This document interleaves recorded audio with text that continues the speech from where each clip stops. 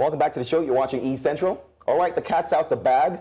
Let's call it an E Central special. Without any further ado, joining us on today's show, ace Nollywood actors, or should I say Three Musketeers, or leading men from this film by Kemi Adetiba. It's hopefully we have Buchi Franklin online with us, but of course, William Benson and Michael Sunny, ace cast from the film. Good to have you on the show. How are you feeling? Thank you for bringing us here. Very much. Thank you too. It's, I mean, super exciting. You're stars. Well, it's fun. Let me start by asking, what's the year been like? It's 2025. What were your plans for this year, and how was this reception, added to that? Let me start with you, Michael. I was not expecting this at all. I just, like as actors, we just do a job and let it go, and on to the next one. Right. But this one just made us feel like, made me feel, I don't know about him. Made me feel like, oh my God. What? I can't even walk on my street anymore. Wow. What? I can't, literally, I can't walk on my street anymore. Wow. Yeah. Ife, should I say Ife, or should I call you actual name at Please. this point? You're right, any which way. How are you feeling? Is it the same thing? Super duper elated. I set out the year with all the other activities I planned out for the year, hoping, because we finished To Kill a Monkey in 2023. Crazy. And it's been in edit, and we weren't expecting that it was going to come out really when it came out, but we got heads up when we got into the period it was going to come out. So my plan through the year was, okay, I'm going to do these stage plays. I have these other films I'm doing. I just got back from Ibadan, from Dami Moguja's film, and one other film that I also did. I was away for almost a month plus. Then I got into Lagos, and it was, we are about to set out. Wow. And believe you me, my heart was in my mouth. Wow. I hadn't seen what we've done since we finished shoot in 2023. But one thing I was rest assured for is that whatever is going to be great, but we didn't expect it to be this great. Let me ask you, because you're talking about stage plays. You're all incredible actors. Yeah. To be honest, I want to know what makes you pick a role. Because sometimes you could pick a role and think it's going to be the next big thing. It doesn't happen. How did you decide when you read the script? What says, you know what, I like this one. I'm going to take this. Let me start with you, Ife. Yeah, before touching the script, I always like telling the story, how I got on set to work with Kemi. I was in church doing evangelism, and when I got back, I wasn't too satisfied with what I came out to do, so I ended up packing more flyers. I went out again to give them. I came back in. I was very hungry. I went to the restaurant in the church, and my pastor was sitting down, and he looked at me. He said, "Kneel down, let me bless you." Wow. So I was about going down on my knees. He said, "Get up, I'm done." I went out the next day. Wait, you didn't pray? He prayed, but his own gifting is in the miraculous and all that. Yeah. So he's not the type that will kabash. He's settled already. He's just do what he's seen in his vision. Right. Once you do that, everything is done. So I got home the next day. My phone was buzzing. I didn't know, because on that day before the call came in, I always put my phone on silent.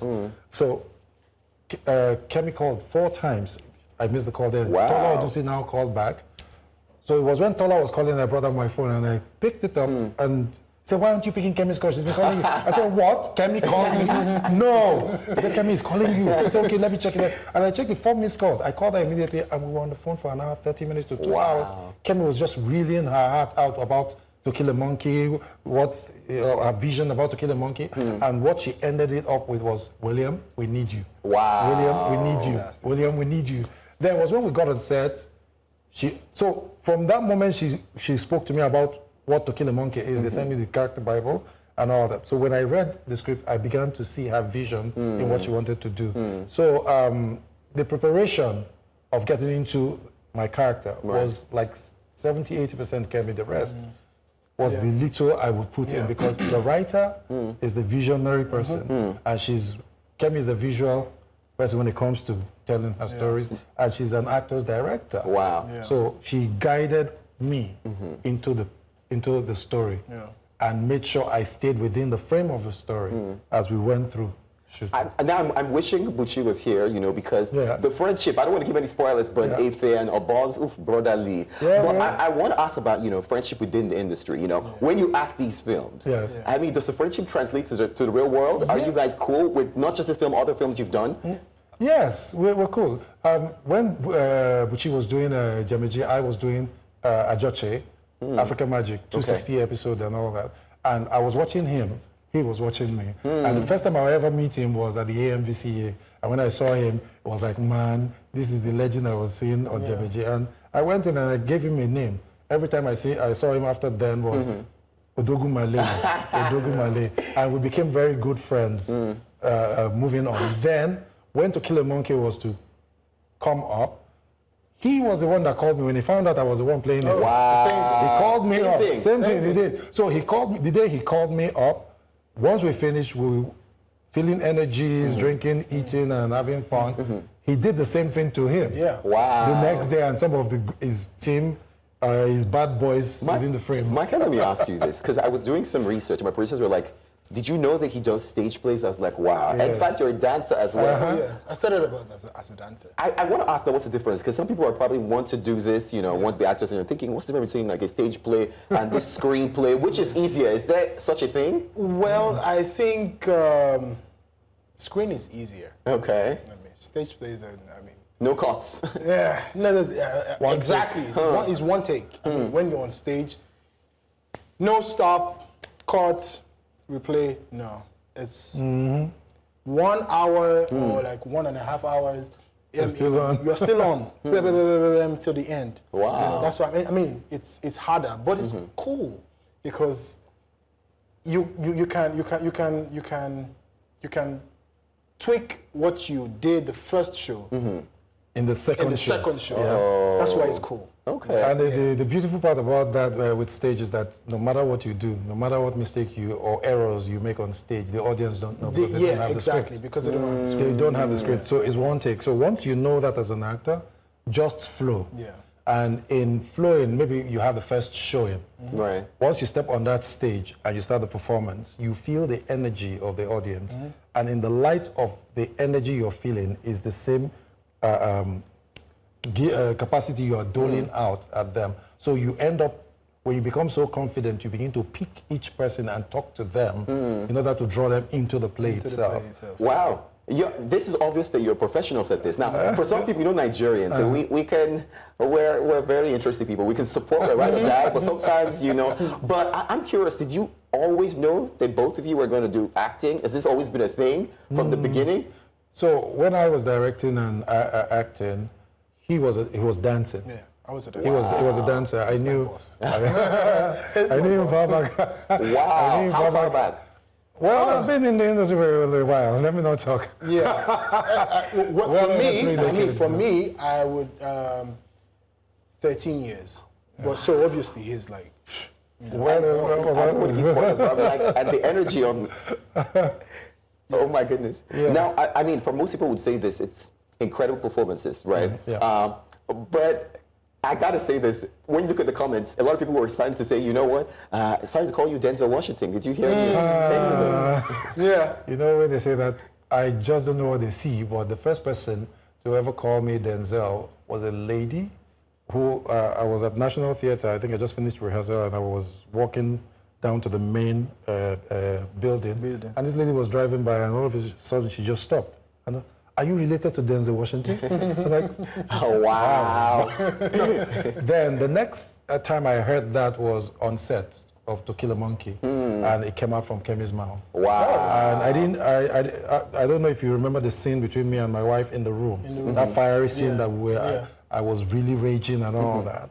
And I didn't know what I was doing, but I was just in the headspace performing. Then when we finished, I think it was the next day, she just came up, said, did you see that Denzel's moment? I was like, okay. Let me ask you, Michael. Michael, I want to talk a little more about, you know, rituals before getting on set, because sometimes you take these roles, I'm like, I remember the scene where someone had said, you know, God doesn't love you. You know, some of these things are very intense. Michael, I want to ask you, what do you need to feel that zen to get into that role, any role you take? I don't do anything. What?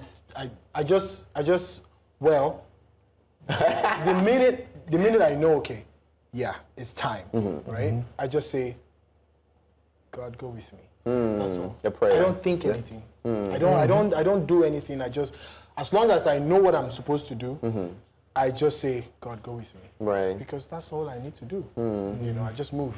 I like that. Do you have the same ritual? Anything? So, not far from his. I'm an avid lover of God. I love God so much that no matter what I do, God is always in the beginning, the middle, the end, and all that. And sometimes He's the one orchestrating everything. You're just a tool in His hands. Before I go on set, the first thing I do is understand my script, understand the story, understand the plot, understand who I'm dealing with, I understand those I'm playing with. Right. Everybody. Once I have come to that and I've read the script like 4 or 5 times, I forget everything I've read. I don't want to know anything I've read. So when I'm meeting whoever I'm playing with, it's like I'm meeting them for the first time. So it comes natural. So before that happens, I always bring the Holy Spirit. I just say, Holy Spirit, I don't know what I'm to do. Just guide me. Yeah. And that's it. I like that. Now, I want to talk a little about Nollywood as a whole. The industry has grown. Films are getting bigger, nicer stories. Now, I'm curious, what we don't see, of course, is like the set, the behind the scenes, how well actors are being paid. You know, what are some things that you're hoping to see change, you know, that would make the industry bigger, maybe even better than Hollywood? Let me start with you, Michael.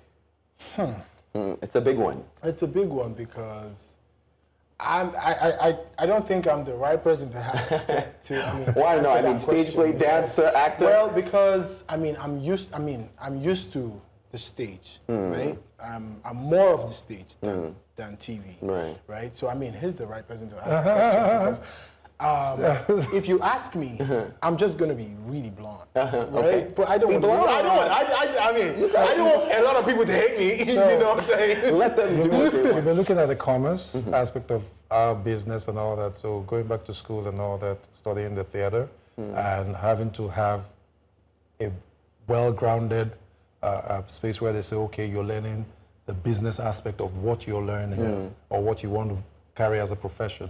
So Nollywood as it is, Nollywood came at a time when the Dumota marketers were the pivotal ground where the zeal, the art for art's sake, the love of the arts needed some platform to thrive business-wise. So these marketers will give you funds to go and produce 10 films and all that. They marketed, they know how they then, within the same frame, they created what you call the piracy, which has always been that which killed the industry back then. But the advent of Netflix, the advent of Prime, the advent of all these other Amazon. Even before Netflix, you have multi-choice coming, then you have all the other strands of multi-choice, Africa Magic, and they created everybody created their own platform within the same frame. And we're doing business within the same frame. All of a sudden, NTA was there, but wasn't existing.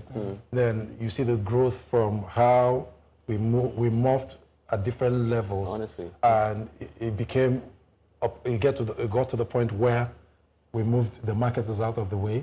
Then it now became you producing your film, this other person producing their film. And we keep pushing it. Now, the part I feel we haven't fully come to full grasp of is the part of the business angle of it. Only a few people do know how to do the business. Then those who know how to do the business now become gatekeepers and the watchers. Like I say you have the watchers, then you have the gatekeepers. The watchers will tell you, oh, those people are the ones that then the gatekeepers are the ones who keep the gate for. But I don't like gatekeepers. We'll talk a little more about this business side of Nollywood, you know, because I'm sure there are a lot of people who want to get into it. We're going to take a quick break right here on East Central. Of course, we seem to have incredible cast members from To Kill a Monkey. Don't want to miss any part of this. We'll be right back after this. You're still watching East Central, and yes, Sam Dandy's still here. And we do have, of course, 2 members from To Kill a Monkey, Michael and, of course, Benson. Let me ask you guys now, because like I said, Nigerians are amazing people. You know, we have a lot of numbers so we can support at the same time bash, if you know what I mean. But ever since, you know, being in the industry, or particularly since the release of this film, would you say you've seen anything that's interesting has happened, unforgettable, you know, that's crazy, that you're thinking, this DM, this comment, what is going on? Have you paid attention to anything interesting that's happened? We have a lot, not just one, several comments, Several comments, nasty comments. Wow. Oh my God. We have a lot, and all I just react to is, The positive one. We did, not even all of them, we did something. Kemi did something. Yeah. And it's affecting everybody on all strata of the social, political, economic level. Right. Even to the grassroots. Everybody's got something to say. Yeah. They want to rewrite the story. They tell you, oh, it should have happened like this. True. It should have happened like that. Oh no, if it's a betrayal. No, if it's not a betrayal. Yeah. Some will come into your DM and I won't use the swear word. They will throw it dead and then Wow. sorry. You played it so well that I'm hate you reacting like 'cause that. I hate you and I like you. I love you. And so you just take it as it is. You did something. Michael, how do And you it handle? affected everyone. How do you handle? Well, I mean, there's this comment I saw on my Talk page, to me about it. I mean, when I saw that comment, because I went to Uniben, right?